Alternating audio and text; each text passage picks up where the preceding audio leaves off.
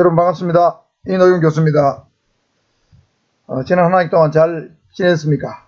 코로나 때문에 아마 뭐 잘 지낸 사람도 있고 잘 못 지낸 사람도 있을 겁니다. 이 코로나가 너무 장기화되고 확진자가 늘면서 뭐 4단계까지 가니까 결국 수업도 정상적인 어떤 대면 수업을 하지 못하고 비대면 수업으로 또 전환하게 되었습니다. 그래서 작년 올해 우리 학생들은 굉장히 참 애로사항이 많을 것 같아요. 어떨 때는 대면 수업, 어떨 때는 비대면 수업. 수업의 일관성도 없고 또 비대면 수업을 하게 되면 아무래도 수업의 생동감이 좀 떨어집니다.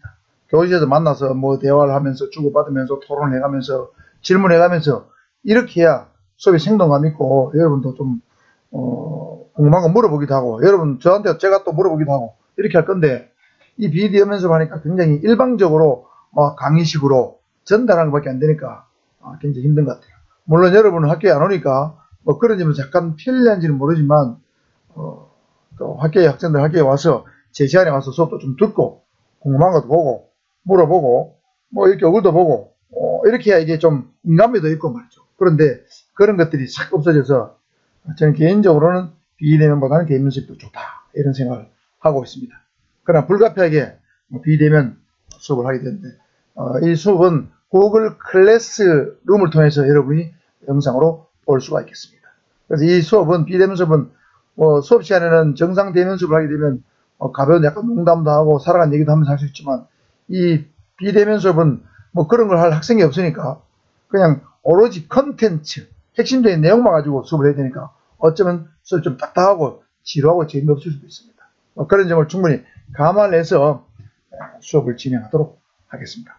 한 시간에 원래 이 대면 수업은 50분인데 비대면 수업은 한 25분 정도 내외를 영상을 만들도록 학교에서 공고를 하고 있어서 가능하면 25분 내외로 영상을 촬영을 해보도록 하겠습니다.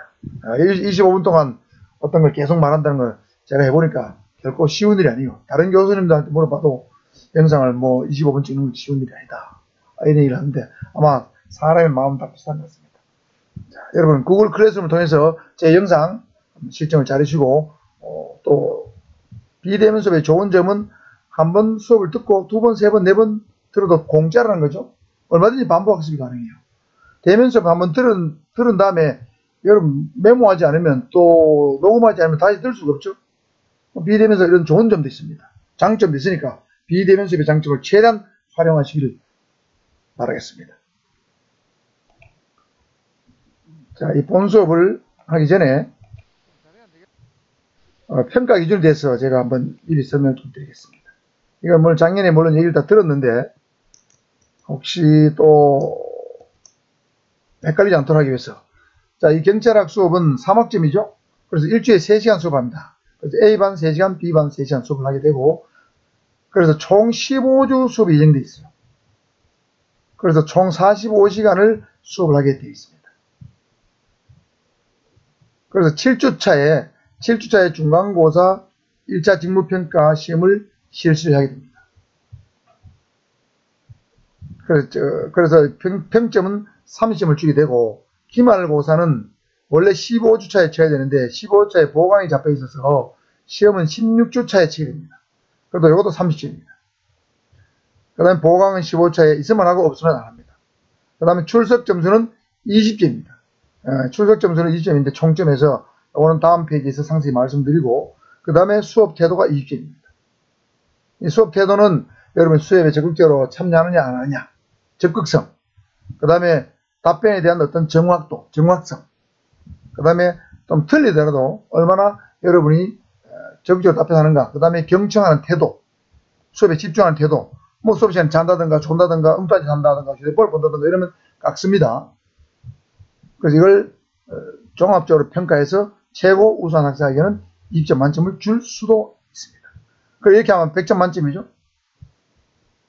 그래서 제가 줄 수 있는 주관적으로 줄 수 있는 점수는 이 수업 태도 20점이고 나머지 중간고사, 기말고사, 출석 점수는 여러분 스스로 획득하는 거예요. 제가 조정할 수 있는 여지가 없습니다. 그래서 이 100점 만점에서 6점 이하를 받게 되면 여러분 과락을 맞게 되죠. 그래서 과락을 안 맞으려면 여러분이 중간고사, 기말고사, 출석, 수업 태도까지 골고루 여러분 좋아야 됩니다. 특히 수업 시간에 이게 졸거나 자거나 그 다음에 휴대폰 보는 거 저 별로 안 좋아합니다. 여러분 인격을 존중해서 휴대폰을 제가 뺏지는 않고 있지만 뭐 끝까지 휴대폰을 계속 자주 본다, 많이 본다 이러면 제가 수업 시간에 휴대폰을 뺏기도 합니다. 뭐 뺀다는 표현은 좀 이상하지만 성인이지만 수업에 집중도를 너무 떨어뜨리기 때문에 다른 학생의 수업권을 방해하기 때문에 어쩔 수 없이 그렇게 하고 있는데 그런 일이 발생하지 않도록 여러분이 잘 협조를 해주길 바라는데 뭐 비대면 수업은 그런 거 없겠죠. 자, 대면 수업으로 전환됐을 때는 그렇게 할 생각인데 문제는 이게 비대면 수업은 수업 태도를 사실은 알 수가 없어요. 그래서 이 수업 태도는 여러분 이제 과제를 내줄 겁니다. 비대면 수업은 과제를 내줘서 이 과제를 제 시간에 예를 들면 이번 주에 과제를 내면 이번 주 안으로 내야 됩니다. 그러면 만점을 줄 수도 있고 점수를 잘 줄 수 있는데 한 주만 늦으면 또 감점을 해요. 그 다음에 2주 늦으면 더 감점을 하고 그래서 일정한 시간이 지나면 아예 점수가 없습니다. 그래서 여러분 과제를 내가 내주면 과제는 그 주에 반드시 내야 여러분이 수업 태도가 좋다고 제가 평가할 겁니다. 아시겠죠? 과제를 가지고 수업 태도를 평가한다. 다음은 출석 점수 관련해서 시간당 출석 점수입니다. 1시간 결석하는 것은 점수 영향이 없어요. 20점 만점 그대로 줍니다. 2시간, 3시간 결석은 1점 마이너스예요. 19점. 4시간, 5시간 결석은 18점. 6시간, 7시간 결석은 17점. 8시간, 9시간은 16점. 10시간, 11시간은 15점. 12시간 이상 결석하게 되면 0점 채입니다. 12시간에 것은 하루에 3시간이니까 4일 이상 결석하게 되면 졸업 못합니다. F학점. 그러니까 어떤 경우도 4일 이상을 45시간인데 날짜를 치면 15일쯤 되겠죠? 15일 중에서 4일 이상 결석하면 끝이다. 지옥으로 떨어진다. 이런 뜻입니다. 절대 그런 일이 있으면 안 되겠습니다. 아시겠죠? 그 다음에 지각을 하거나 조퇴를 하기도 깎이는데 지각 3회, 조퇴 3회는 결석 하루로 취급합니다. 아시겠죠? 자, 그 다음에 지각이라는 것은 수업 시작한 후에 10분 이내에 교실에 도착하면 지각으로 처리하고 더 늦으면 결국에는 결석으로 볼 수밖에 없습니다. 그래서 지각한 학생들도 가능하면 늦지 않도록 하시고 물론 뭐 지금 비대면이라서 뭐 이 출석 점수를 체크하기 좀 어려운 점 있지만 대면 수업을 기준해서 그렇다는 얘기입니다.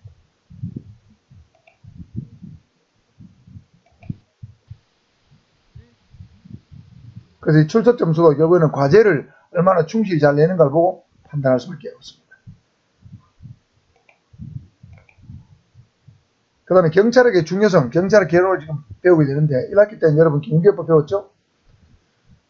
경찰학 과목을 왜 배우는가? 물론 학문적으로 중요해서 경찰 경우 행정하니까 당연히 배워야 되지만 특히 경찰학이 중요한 이유는 바로 순경 공채 시험 과목에 변경이 있음에도 불구하고 역시 경찰학은 시험 과목에 들어있다는 거죠. 내년부터 새로운 순경국의 시험 과목이 도입됩니다.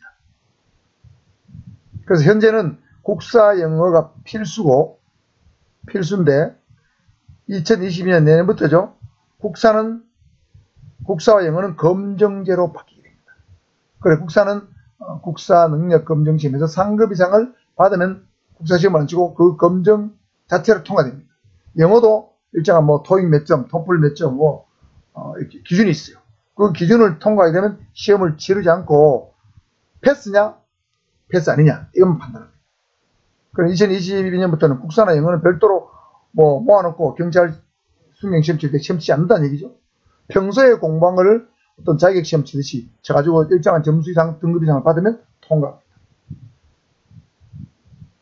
그리고 현재 순경 공채 시험 과목은 국사 영어는 필수지만 헌법, 형사법, 경찰학, 국어, 수학, 사회과학 중에서 선택 3개를 하게 되어 있습니다. 그런데 2022년부터는 선택 과목, 국어, 수학, 사회과학 선택 과목이 없어집니다. 형사법, 형법, 형사법을 합쳐서 형사법 하나, 그 다음에 경찰학은 그대로, 그 다음에 헌법이라는 과목이 들어옵니다.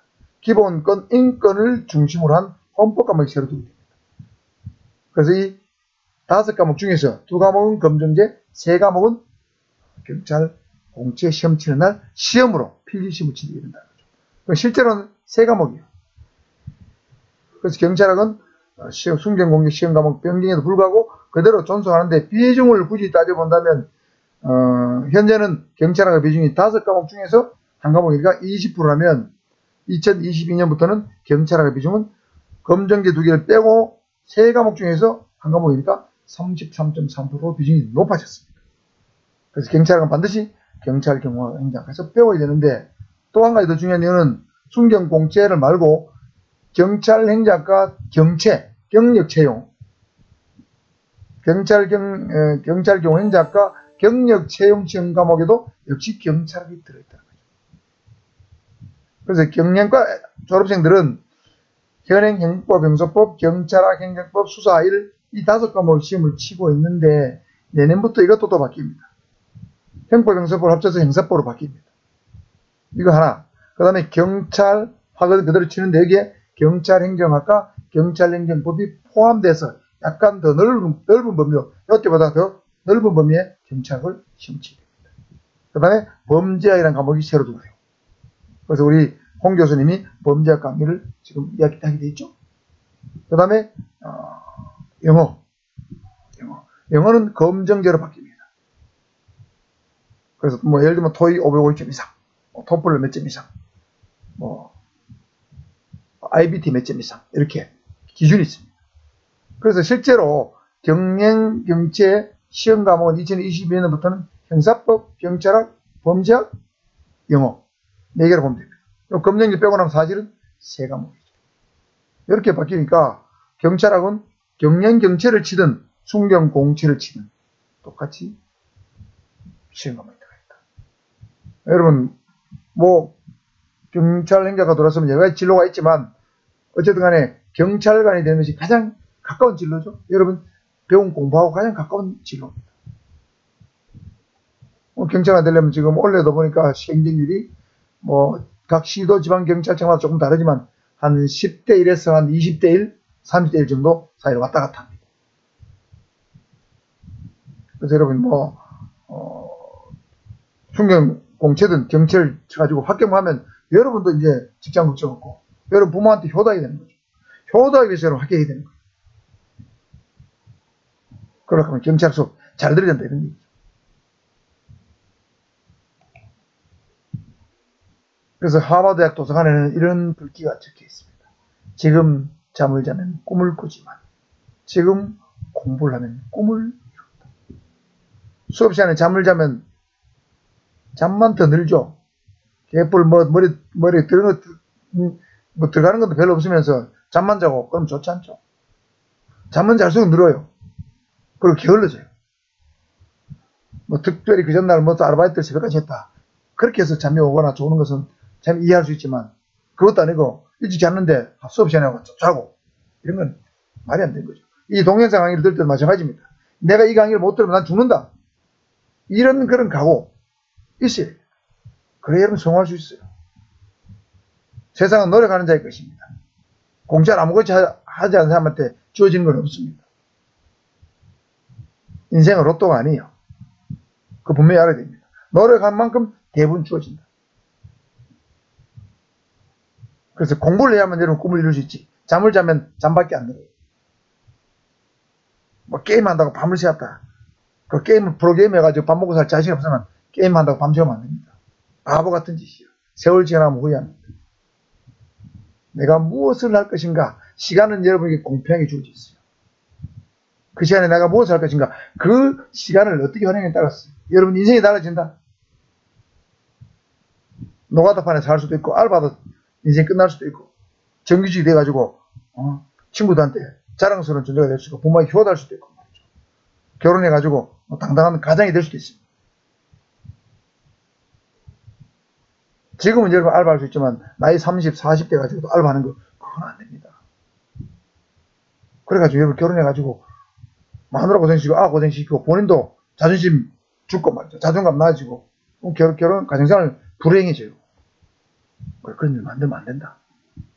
자, 하버드에게 도서관을 지키는 이 글 여러분 항상 명심하시기 바랍니다. 자, 그럼 본론으로 들어가서 경찰학은 도대체 뭐냐, 경찰.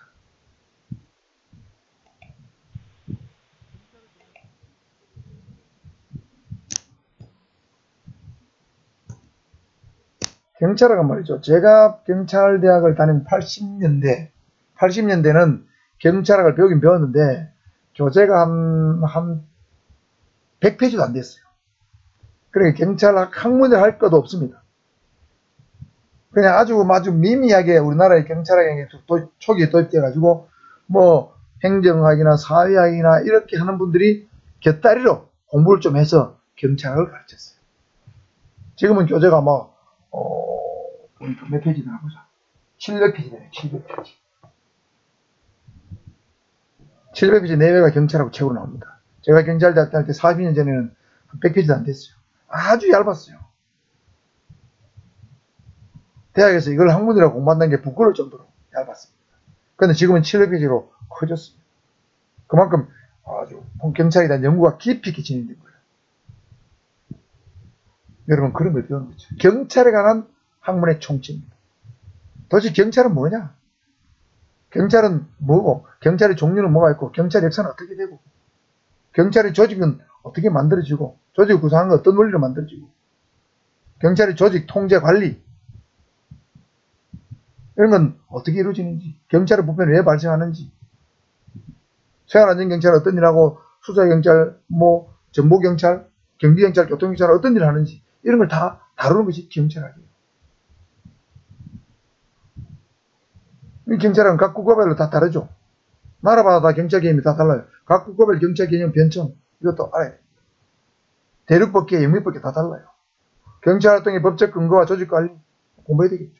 경찰도 법적 근거 뭐가 있는지 알아야 되겠죠. 국민의 자유와 권리를 침해하거나 제한할 수 있는 게 경찰 활동이니까 법적 근거 반드시 있어야 됩니다. 그 어떤 것이 있는 것인지, 그렇죠? 어디까지 국민생활에 개입할 수 있는지, 이런 거에 대해서 종합적으로 파악하고 실체를 규명하는 학문, 이게 바로 경찰학이다, 이런 뜻입니다. 이 용어는 오래됐습니다. 1756년도에 독일의 관방학자 유스티라는 사람이 저서에서 경찰학의 원리 말을 처음 썼습니다. 경찰학이란 말, 물론 경찰 독일말 썼지만 동찰학의 원리, 이때 처음 나왔어요. 1756년도에 경찰학의 용어를 썼다. 유스티라는 사람 대단한 사람이에요. 그래서 이게 법이라든가 학문은 독일에서 많이 발전했어요. 이 전문적으로 연구하는 학자가 많았다는 얘기죠. 깊이가 있다는 얘기잖아요. 그래서 우리나라 학자들도 초기에는 독일에 가서 굉장히 공부를 하는 학자들이 많습니다. 나이 든 원로 교수님들 다 독일 출신들이 많아요. 각 나라별로 경찰을 어떻게 연구했는가 살펴보면 영국은 범죄학의 일부분으로 발전했어요. 연구했습니다. 영국은 범죄학이 많이 발달했죠? 많이 발달했습니다. 지금 TV 가끔 나오는 표창원 씨, 내 경찰대 후배긴 하지만 표창원 씨도 영국에서 범죄학 박사학위 받았죠. 범죄학, 크리미널로직 하는 범죄학 박사학위 받았습니다. 이번 학기에는 우리 홍 교수님이 강의를 할 예정이죠. 범죄 원인을 모시고 범죄의 원인에 대해서는 어떤 대처를 해야 되는가, 뭐 이런 걸 다루는 게 범죄학이에요. 미국에서는 행정학 일부러 다뤘습니다. 행정학. 행정의 조직과 관리에 관한 학문입니다.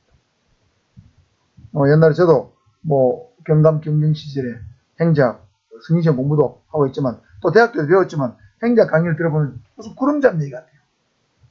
구름 잡는 얘기 같은데 그 안에 진리가 들어있어요. 무슨 말인지는 모르는데 세월이 지나고 나면 그 말이 맞구나. 통솔범위의 원리.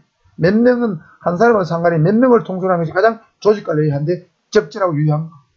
사내 조명이 가장 적절하다. 아무리 많아도 10명의 절대면 넘으면 안 된다. 이런 것이 행정의 조직관리 원리 나온다 이 말이죠. 조직관리, 인사관리, 예산관리, 행정. 사람을 잘 다뤄야 조직을 잘 관리할 수 있죠. 제가 사상경찰서 과장 할 때는 직원이 112명이었어요. 내 밑에 팀장이 22명이니까 팀장이 어떤 팀장 무슨 일을 하는지 알 수가 없어요. 조직관리 범위를 벗어났어요. 통솔 범위의 원리를 벗어난 조직을 만들었어요. 잘못 만든 거지, 위에서 만든 거. 그래서 제가 그 수사과장을 떠난 다음에는 수사과장, 형사과장이 분리됐어요. 내가 수사과장, 형사과장 한번 혼자서 다 했으니까 북치고 장을 주고. 그게 너무 통솔범위가 너무 힘들어 죽어요. 오전에 결제하다 보면 시간 다 가지고 화장실에 오줌 들어갈 시간도 없어요. 한 9시 반부터 결제하면 12시까지 결제하다 시간 나가요. 그것도 대충대충. 그걸 할 수밖에 없는 여건이 있습니다. 뭐 행정학 그런 거예요. 조직관리, 인사관리. 행정학 일부분으로 경찰학을 했다. 그다음 독일에서는 행정법의 일부는 행정법의 일부. 독일은 법이 발달했죠. 행정법의 일부. 우리 뭐 헌법, 뭐 그다음 도로교통법, 식품위생법 이런 것들은 다 일종의 뭐 행정법이라고 볼 수 있습니다. 행정에 관한 법이에요. 행정에 관한 법. 뭐 질서 위반의 규제법 같은 거 다 행정법이죠. 과태료 처분에 관한 거예요. 뭐 운전면허 뭐 술 다 음주운전하면 뭐 면허 취소하고 그러죠. 뭐 이런 것도 다 도로교통법에 근거한 거잖아요. 행정에 관한 거. 행정기관이 행정객체 국민에 대해서 뭔가를 할 수 있는 법입니다. 법적 근거가 있어야 되겠죠. 뭐 예를 들면 식당에서 미성년자에게 술을 팔았다. 영업허가 취소하거나 정지시켜줘. 이런 것도 행정법의 한 부분이에요. 식품위생법의 근거에서 하는 거예요. 자, 영국은 범죄학, 미국은 행정학, 독일은 행정법의 일부분으로 경찰학을 연구해 왔기 때문에 경찰에 관한 독자적 연구는 없었다는 뜻입니다.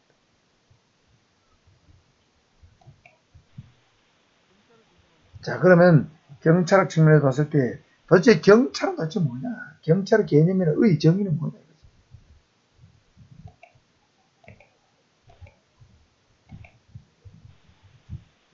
영상 이상하게 넘어가네.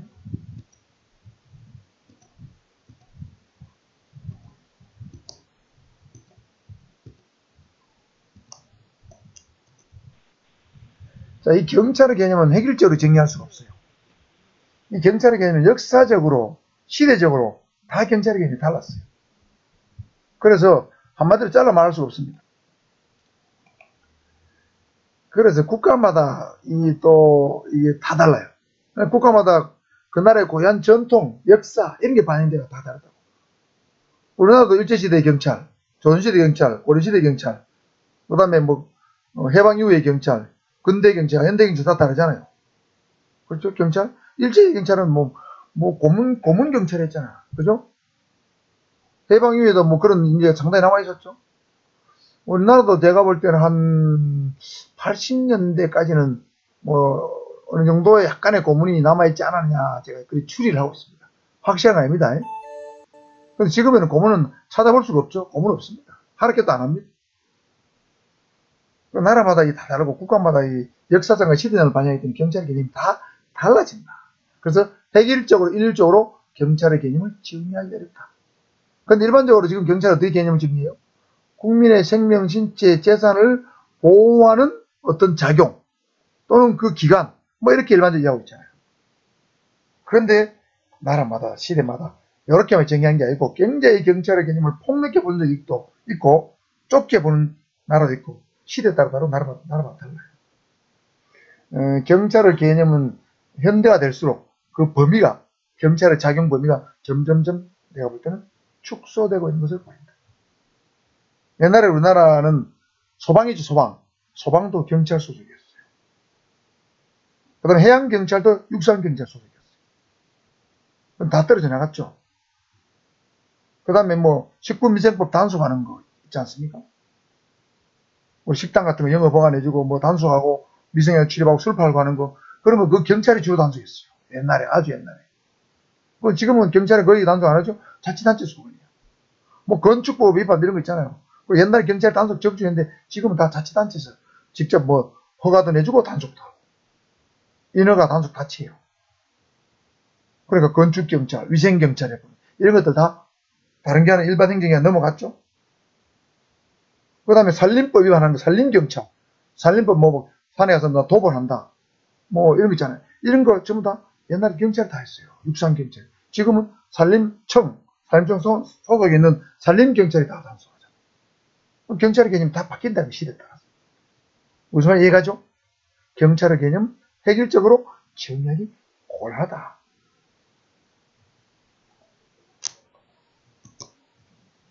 그래서